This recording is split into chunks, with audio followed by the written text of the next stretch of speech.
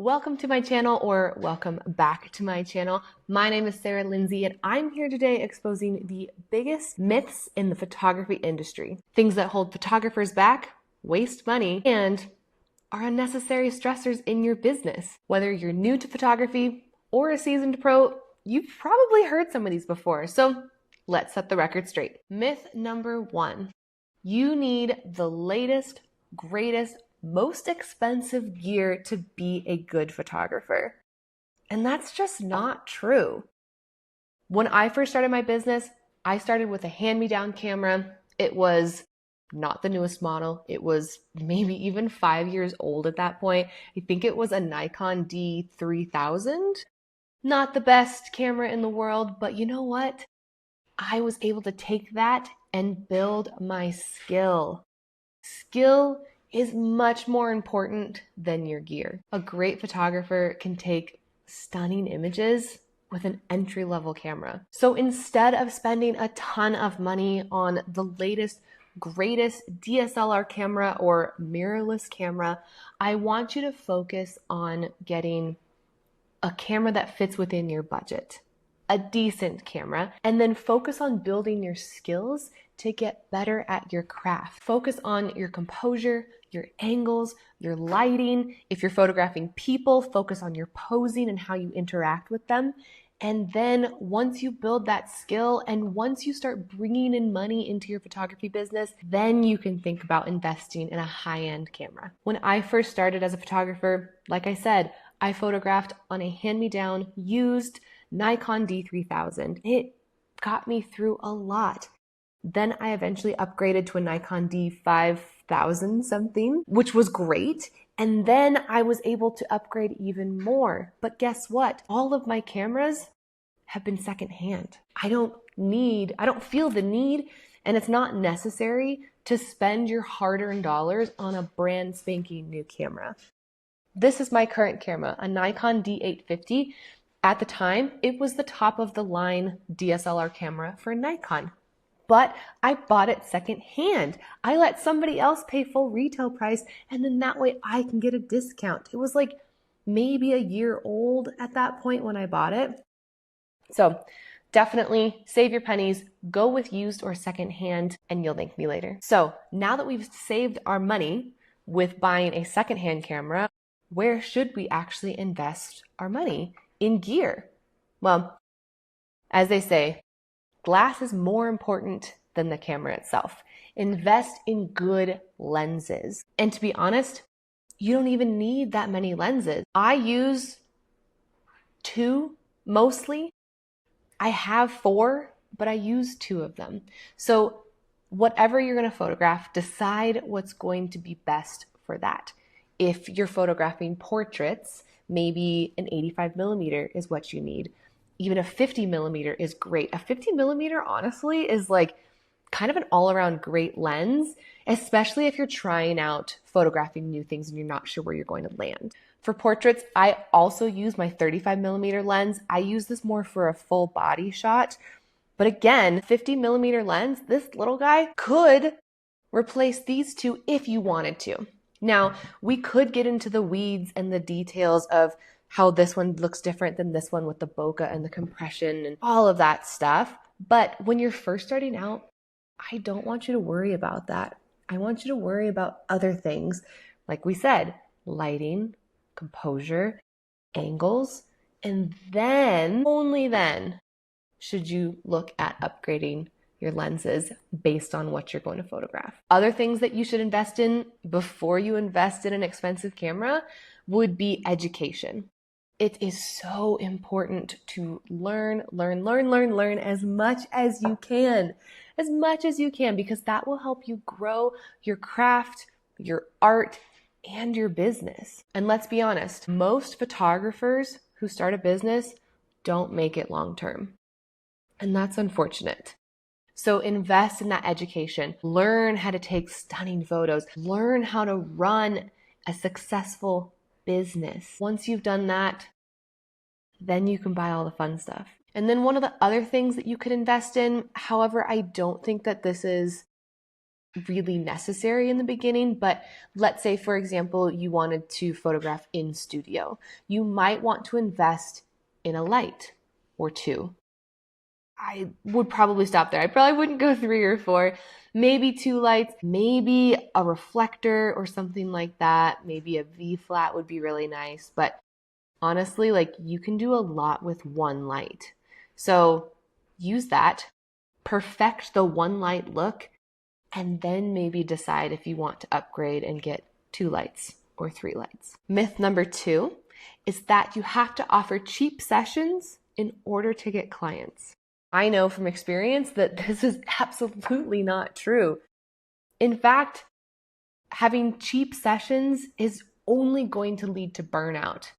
And that is why so many photographers close their doors after just a couple of years. In fact, having cheap session prices actually attracts the bargain hunters. And the bargain hunters are always going to want to wheel and deal for free things, lower prices, and that is just exhausting. There's a term in psychology called perceived value. And this is where the quality of something, the presentation of something, and even the pricing of something determines how valuable someone perceives it to be. And so we can use this to our advantage when we price our sessions higher, because then that attracts the luxury client, the high-end client. Now, you might be thinking that, well, the high-end client is going to be high maintenance. But in reality, I have learned this myself, that is not true. 99% of my clients at that high-end luxury price are the easiest clients in the world.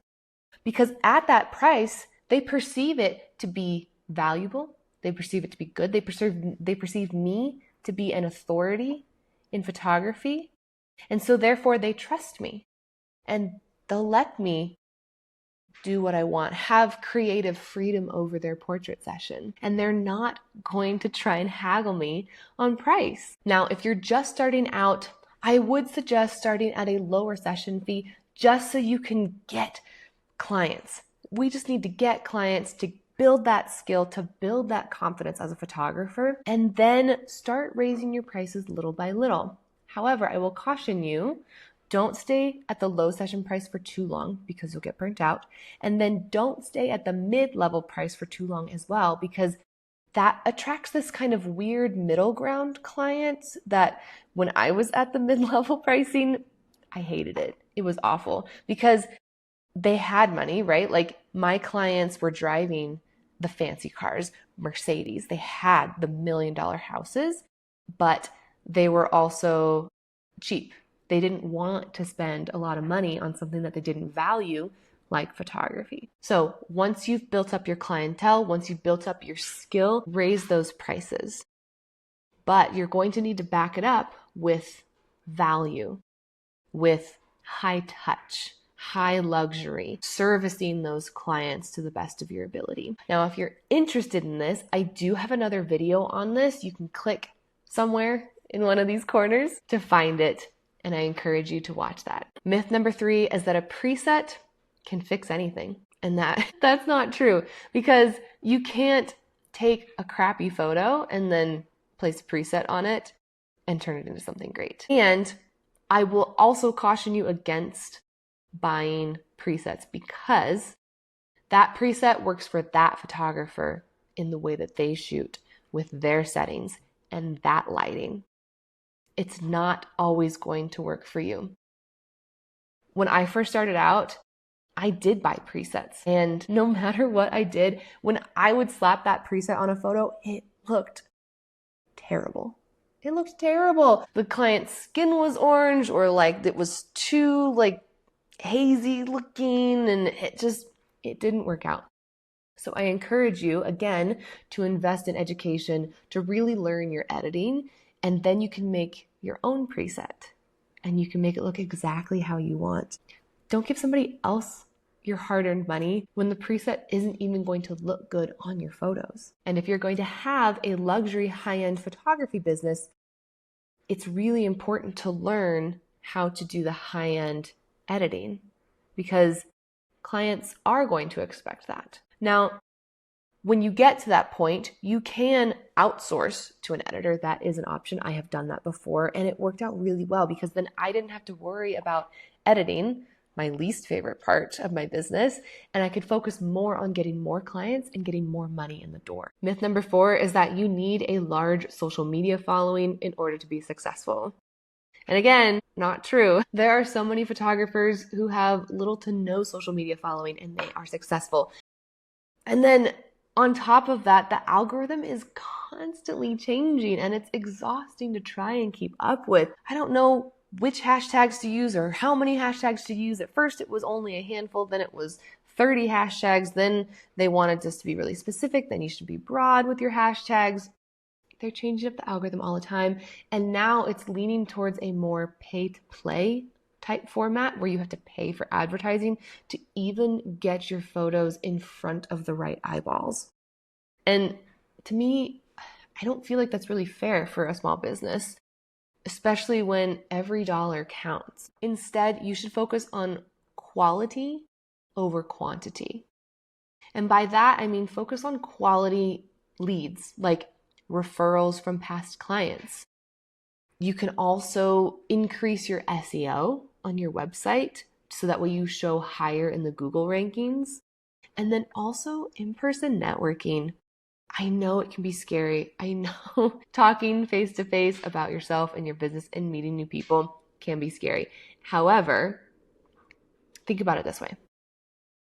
If you were to say to a friend, hey, I'm looking for a good housekeeper, and they recommended somebody, how much more likely are you to go with their recommendation over something that you found on Google, right? Probably much more likely to go with their recommendation. And so it will benefit you to go to in-person networking, to make those connections. So that way next time somebody's friend of a friend of a friend is looking for a professional photographer, your name pops up. All right, here's a controversial one. Natural light is better than off-camera flash. Now, I honestly could go both ways on this one. Natural light is beautiful. It is usually soft, depending on where you're shooting and the time of day. So it looks flattering on everybody. And sometimes if you're shooting in natural light at noon outside, it can give a really cool kind of high fashion, harsh line, harsh light effect to the client. And sometimes that's really nice. However, and let me back up and say, I was on the natural light train for years. Probably the last 6 years, I've been, natural light only. I don't want to worry about lights. It's too complicated. I don't want to learn it. Blah, blah, blah. All these excuses. Finally, I decided to make the jump and to try studio lighting, and it was a game changer. I loved it. It was moody. It was high fashion. It was soft. You could control how your client looked just by sculpting them with light. And that was pretty darn cool.